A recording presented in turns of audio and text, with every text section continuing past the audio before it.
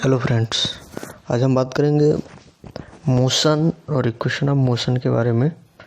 तो फर्स्टली अब देखते हैं कि मोशन एक्चुअली में होता क्या है। मोशन यदि कोई भी object with respect to time के अकॉर्डिंग अगर कोई भी ऑब्जेक्ट पोजीशन अगर चेंज करता है तो उसको बोलेंगे क्या, मोशन। तो जैसे पोजीशन ए से पोजीशन बी, अगर एक ऑब्जेक्ट ए से बी तक गया किसी फिक्स टाइम में तो इसको बोलेंगे क्या, मोशन। तो मोशन क्या होगा कि कोई भी ऑब्जेक्ट अगर टाइम के अकॉर्डिंग अपना पोजीशन चेंज करता है तो उसको क्या बोलेंगे, मोशन बोलेंगे। तो मोशन में कुछ टर्म आते हैं। सबसे पहला टर्म होता है डिस्टेंस।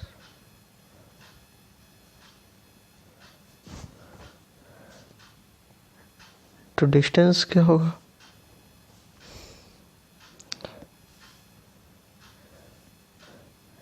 डिस्टेंस जैसे पोजीशन है, डिस्टेंस यानी कि पोजीशन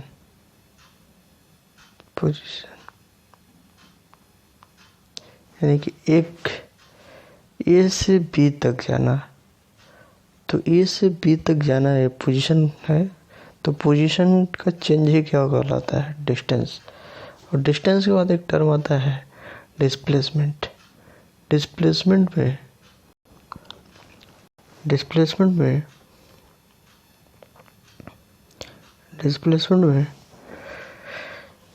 केवल हम फाइनल और इनिशियल पोजीशन की बात करेंगे। फाइनल और इनिशियल पोजीशन। डिस्प्लेसमेंट में फाइनल क्या है एंड इनिशियल क्या है। डिस्प्लेसमेंट फाइनल और इनिशियल का डिफरेंस होता है, ठीक है। तो डिस्टेंस जो हुआ, जैसे पॉइंट ए से पॉइंट बी, दो पॉइंट के बीच जाना है, तो ए से बी तक जाने के कई रास्ते हैं। तो जितना रास्ता होगा, जितना वे होगा, वो उतना डिस्टेंस इससे अलग होगा, इससे अलग होगा, इससे अलग होगा, इससे अलग। लेकिन डिस्प्लेसमेंट जो है वह ए से बी तक जाना है, तो केवल ये वेर एक ऐसा रास्ता जो मिनिमम डिस्टेंस देता हो, मिनिमम डिस्टेंस देने वाले जो ए से बी तक जाएंगे, तो मिनिमम डिस्टेंस जिससे भी मिलेगा, जिस रास्ते से, वह डिस्प्लेसमेंट कहलाएगा। तो मिनिमम डिस्टेंस यानी कि डिस्प्लेसमेंट में फाइनल और इनिशियल ही केवल देखा जाता है, ठीक है। तो इस मोशन को डिफाइन करने के लिए मोशन में एक होता है लीनियर मोशन,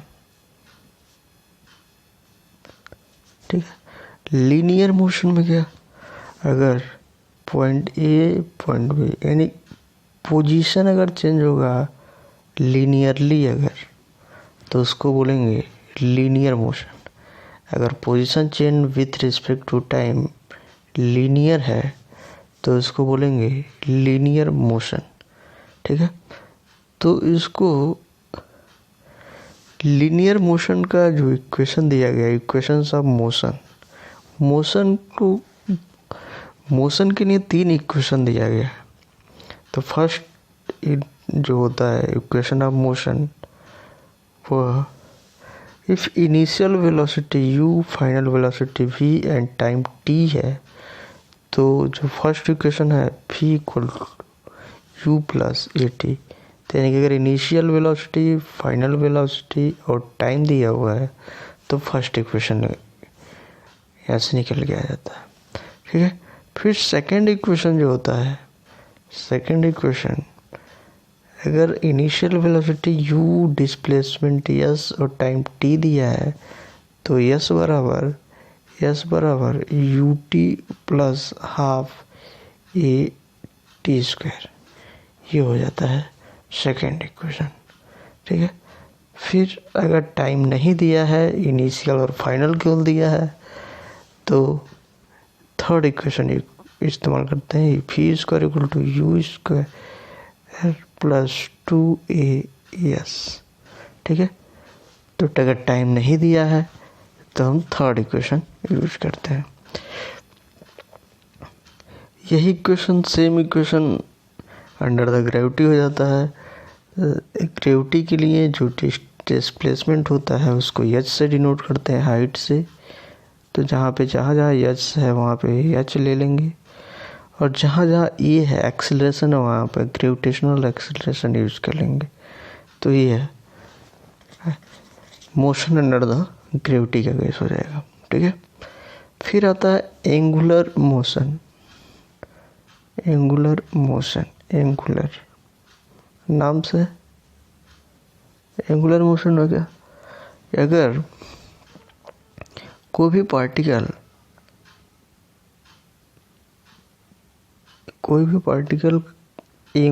का जो मोशन होता है सर्कुलर होने लगता है या एंगुलर होने लगता है, यानी कि जैसे कोई ऑब्जेक्ट ए और बी है, ठीक है, ए और बी, और कुछ टाइम के बाद ए पोजीशन आ जाता है, यानी कि अगर थीटा एंगल में चेंज होने लगता है, लीनियरली नहीं एंगुलर चेंज होने लगता है, तो उस टाइप का मोशन को बोलते हैं एंगुलर मोशन।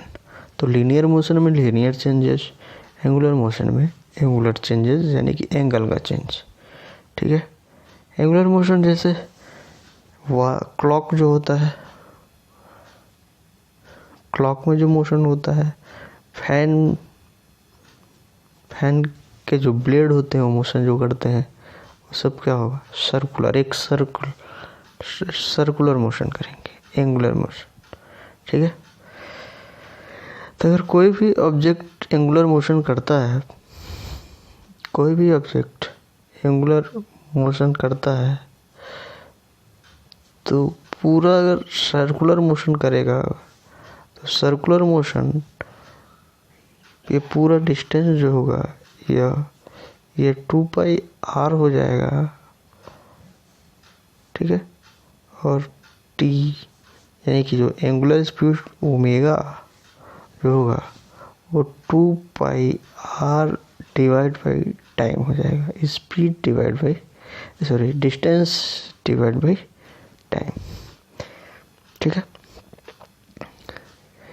एक्सेलरेशन जो होगा,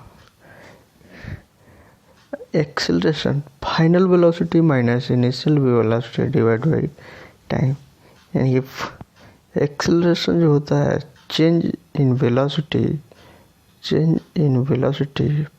पर यूनिट टाइम। तो चेंज इन वेलोसिटी तो फाइनल यानी कि v और minus u divide by t, और यहाँ से देखेंगे v बराबर आ जाएगा u प्लस ए टी, जो फर्स्ट इक्वेशन ऑफ क्या है, मोशन है। तो आराम से इसे निकाल सकते हैं। ठीक है, सर्कुलर मोशन, अगर कोई भी बॉडी सर्कुलर मोशन एक सर्कल में चल रही है, सर्कुलर मोशन अगर करता है, तो उसका एक्सीलरेशन जो होगा, लीनियर एक्सीलरेशन क्या होगा, 0 हो जाएगा, क्योंकि जहाँ से शुरू होगा वहाँ पे क्या हो जाएगा, वहीं पे जाके ख़त्म हो जाता है। तो एक्सीलरेशन 0, वेलोसिटी 0, एक्सीलरेशन क्या हो जाएगा, 0। अगर कोई भी बॉडी यूनिफॉर्म मोशन कर रही है, यूनिफॉर्म मोशन मतलब क्या, भी क्या होना चाहिए, कांस्टेंट।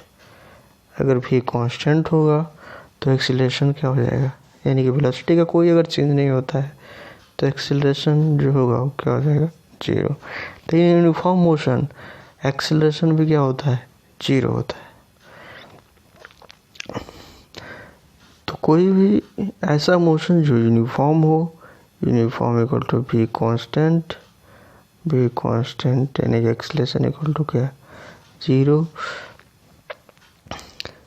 अगर हम ए को डिफरेंशियल यानी कि डिफरेंशियल फॉर्म में लिखें तो velocity change divide by time change, dv divide by dt।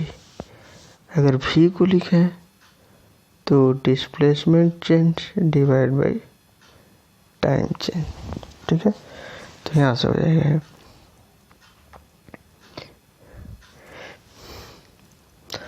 तो v इक्वल टू हो जाएगा ts डिवाइड बाई dt और e इक्वल टू हो जाएगा dv डिवाइड बाई dt। अगर dv यानी कि वेलोसिटी चेंज नहीं हो रहा है को तो एक्सेलरेशन क्या हो जाएगा 0। अगर डिस्टेंस यानी कि डिस्प्लेसमेंट चेंज नहीं हो रहा तो इसको क्या बोलेंगे वेलोसिटी 0, यानी कि इसको क्या बोलेंगे अरेस्ट। अगर डिस्टेंस चेंज नहीं है हो रहा है, डिस्प्लेसमेंट चेंज नहीं हो रहा है तो क्या हो जाएगा रेस्ट पोजीशन हो जाएगा। इक्वेशन ऑफ मोशन जो होता है, इक्वेशन ऑफ मोशन जो हमने पढ़ा है वो हमेशा ये कांस्टेंट के लिए यूज होता है। अगर एक्सेलरेशन कांस्टेंट है तो तीनों इक्वेशन को यूज कर सकते हैं। अगर एक्सेलरेशन वेरी कर रहा है तो नहीं यूज होता है। तो यहाँ पर एक्सेलरेशन क्या होगा कांस्टेंट होना चाहिए। ठीक है, फिर ग्राफिकल रिप्रेजेंटेशन आ जाता है। ग्राफिकल रिप्रेजेंटेशन ऑफ मोशन को ग्राफ से कैसे दिखाते हैं।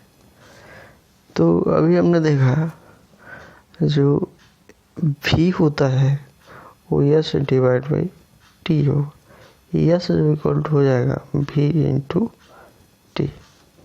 तो यहाँ से एक ग्राफ आएगा, अगर इसको y कर दें और इसको x में पर t कर दें, y पे s कर दें तो y equal to m into x का ग्राफ बनेगा, जो कि ओरिजिन से पास होता हुआ जाएगा ओरिजिन से। तो यहाँ पर v क्या हो जाएगा कांस्टेंट हो जाएगा। तो s वर्सेस v का s और t के बीच का जो ग्राफ होता है उसका जो स्लोप होगा यही स्लोप होगा। स्लोप जो होता है वो वेलोसिटी देता है, और यहाँ पे वेलोसिटी अगर कांस्टेंट है तो इसी को बोलेंगे क्या यूनिफॉर्म मोशन। ठीक है, वेलोसिटी का। इस तरह से एक्सेलरेशन के साथ भी हो सकता है। एक्सेलरेशन v और वर्सेस t का जब ग्राफ बनेगा तो ये जो आएगा स्लोप वो एक्सेलरेशन देगा, एक्सेलरेशन। ठीक है,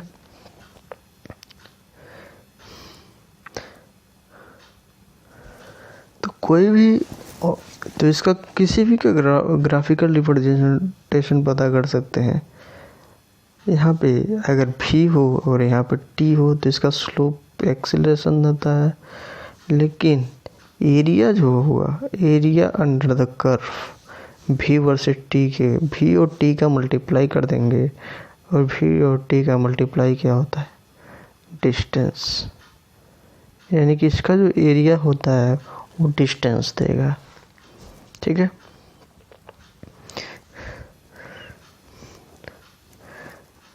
जैसे को किस अब ए टू बी हमें ए टू सी जाना है तो ए टू सी यहाँ से यहाँ तक हम पहुँचे पहला रास्ता, फिर ये हो गया दूसरा रास्ता। ए टू सी अगर कर्व के रास्ते अगर पहुँचेंगे, ठीक है, तो हो जाएगा ये पूरा सेमी सर्कल है। सेमी सर्कल में हम करते हैं पाई और इंटू क्या हो जाएगा आर, पाई इंटू आर। तो इसका डायमीटर ए टू सी क्या है 2r। ठीक है, तो ए टू सी हो जाएगा पाई इंटू आर, ये हो जाएगा क्या डिस्टेंस। और ए टू सी अगर हम स्ट्रेट लाइन से जाएं तो ये हो जाएगा 2 इंटू आर। ठीक है, तो ये पूरा हो जाएगा। तो डिस्प्लेसमेंट इसका ए टू सी 2r होगा और डिस्टेंस इसका s to c curve pi into क्या हो जाएगा, आर हो जाएगा। ठीक है,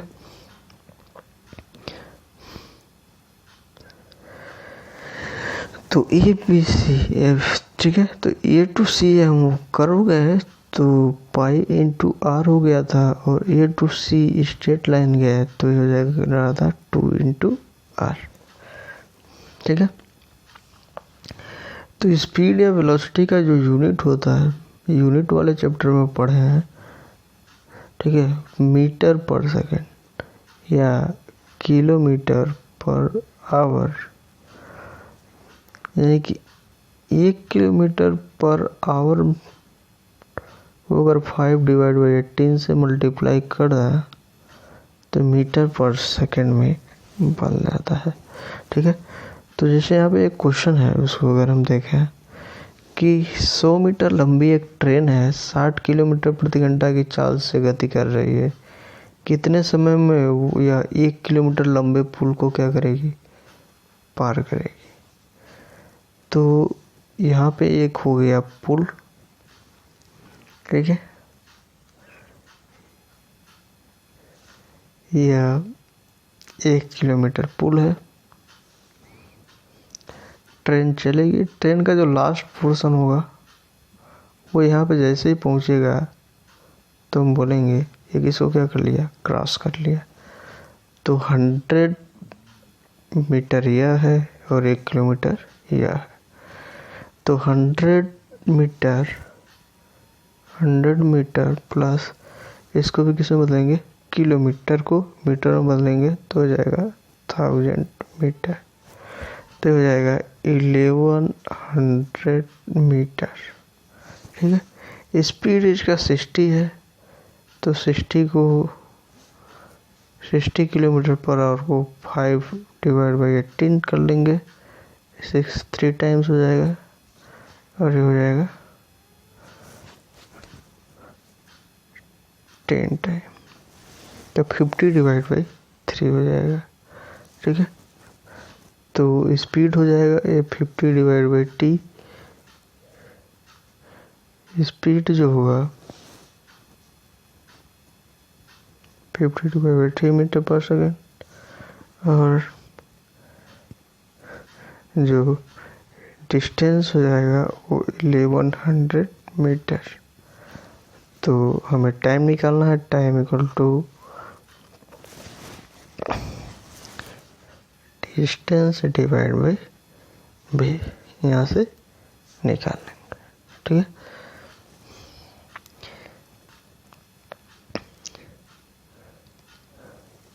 तो अगर यहाँ पे देखेंगे अगर कोई भी ऑब्जेक्ट फ्री फॉल कर रहा है, फ्री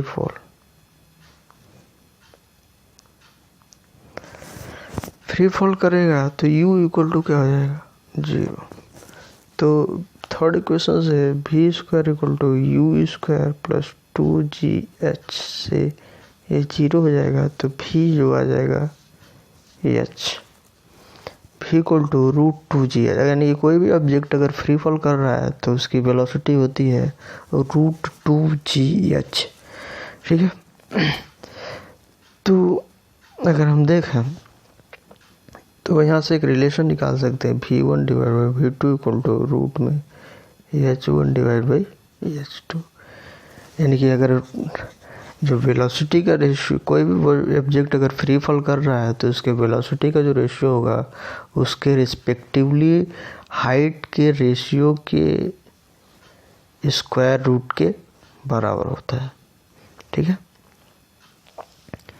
तो स्क्वायर रूट के क्या करेगा, बराबर होगा। तो ये बेसिक कॉन्सेप्ट है, हमने पढ़ा मोशन क्या है, मोशन के 2 टाइप्स पढ़े हैं। तो ये जनरल जो लेक्चर है वो CHS और पॉलिटेक्निक के पॉइंट ऑफ व्यू से है, तो बेसिक है भी ये सब। तो हमने पढ़ा मोशन में क्या किस तरह का मोशन है, इक्वेशन ऑफ मोशन कब यूज करेंगे, क्या क्या दिया है, तो फर्स्ट इक्वेशन क्या क्या दिया है, तो सेकंड इक्वेशन क्या क्या दिया, थर्ड इक्वेशन यूज करेंगे। ग्राफ का हमने बेसिक आइडिया हल्का सा लिया जनरल। ठीक है, तो थैंक यू फॉर वॉचिंग। तो थैंक यू।